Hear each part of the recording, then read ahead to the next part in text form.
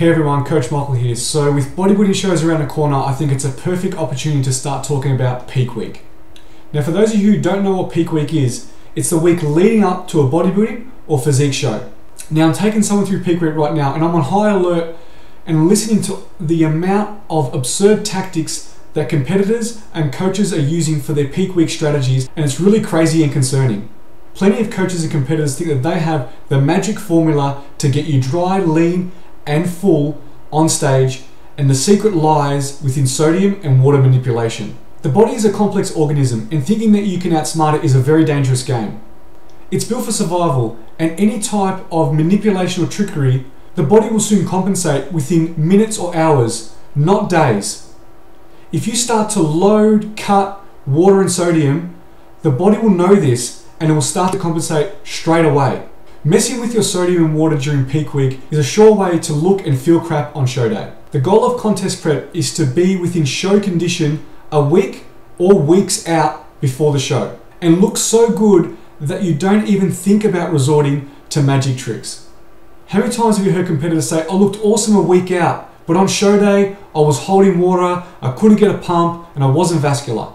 It's because them or their coach resorted to these magic tricks with water and sodium during peak week, and it totally stuffed up a perfectly fine physique. Or unadmittedly, they weren't lean enough and they weren't holding water, they were holding body fat. Now let me take you through the magic formula that they preach and their rationale, and I'm going to break this down of why it doesn't work and what approach actually makes sense. Now I'm going to start off with water. Your body naturally holds water under the skin. This has led coaches and competitors to believe to look as lean as possible, you must cut water so that you can flush water from under the skin so you can have the skin cling tight to the muscles. Now I'm going to tell you their attempt on how to flush water from under the skin.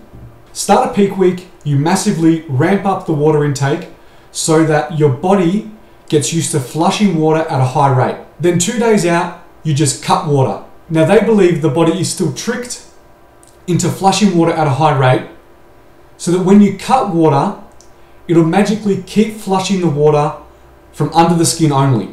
And all this water will disappear and you'll look dry. Now I'll tell you why this doesn't work and give you an approach that actually makes sense. First off, simply put, 70% of water is held within the muscle and the remainder is held outside the muscle. So for instance, under the skin. The goal on stage is to store as much water in the muscle as possible so you get that full look. Now the way to get water into the muscle is actually to eat carbohydrates. Carbohydrates are stored within the muscle and water follows wherever carbohydrates go. For every gram of carbohydrates that's stored, 3 grams of water is stored, therefore making water the majority of the fullness within the muscle. Therefore it's simple, if you cut water, it won't be able to be drawn into the muscle and therefore you won't get that fullness. No matter how many carbs you eat to try to fill your muscle out, it won't get full because water takes the majority of the space. So it's clear, you shouldn't cut water. So a question you may ask is, okay, so I don't cut water, but what happens if I eat too many carbs during my carb up? This is what we call the spillover effect. Spillover is basically the look of holding water, where you have that blurriness in your muscles and they don't look defined. This is when the muscle can't store any more water and carbohydrates and the excess spills out and floats around under the skin, giving you that look of holding water. So if you don't consume more carbohydrates than what your muscle can hold, the excess water that you're drinking will just be flushed out as per normal and it won't be held and you won't be holding water. So the spillover is not due to your water intake, it's actually due to having too many carbs during your carb up. So it's obvious, you don't need to manipulate or cut water during your peak week. Just keep it constant throughout. Carb up appropriately, drink plenty of water, and your body will flush out any excess. This is how you come in full and dry on show day. Now as a side note, I haven't mentioned the important role that water plays in body's vital functions and how it can be dangerous if you actually cut water from your diet. Now I'm going to move on to sodium. There is a belief that the more sodium you hold, the more water you will hold. Therefore you must cut sodium so you won't retain water, especially under the skin. So I'm going to explain their magic formula and the rationale behind cutting sodium. Start a peak week, massively ramp up your sodium intake. So your body registers that you have too much sodium and it starts to flush it out. Then 2 days out from show day, you cut sodium. Now they believe the body is still used to flushing the sodium out of your system, so therefore you won't retain water, because apparently that's what sodium does. It makes you retain water under the skin. Now I'll explain why this approach doesn't work and what actually makes sense. Unfortunately, your body is smarter than you. Studies have shown that if you actually cut sodium from your diet, your body is smart enough and it actually doesn't reduce the amount of sodium in your blood. It maintains it for survival.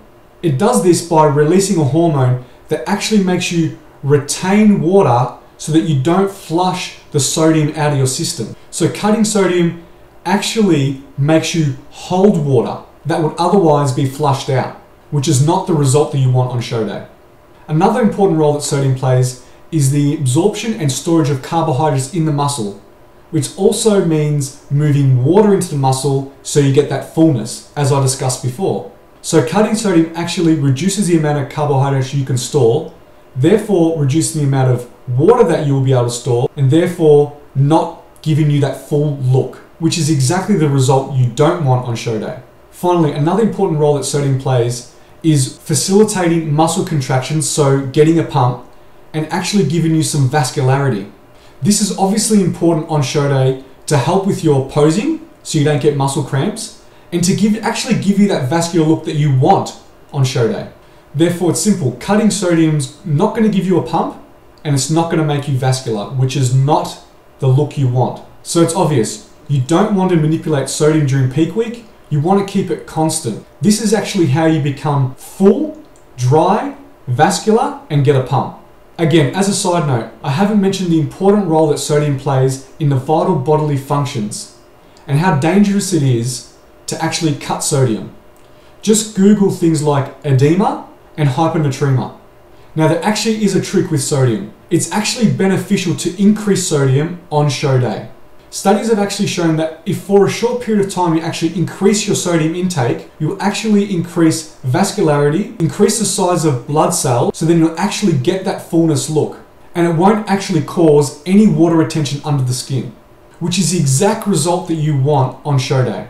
You want that fullness, you want the vascularity, and you don't want to be holding water. So the best approach is to have a high sodium meal, say 2 hours before showtime, and then have another hit of sodium, say half an hour before you're on stage during your pump up, to give you that vascularity and to give you that fullness. Now just remember, you've prepped for a long period of time, you've come a long way and you've made a lot of sacrifices. Make the most of your peak week, stay consistent with everything, and look forward to a great show and reaping the rewards.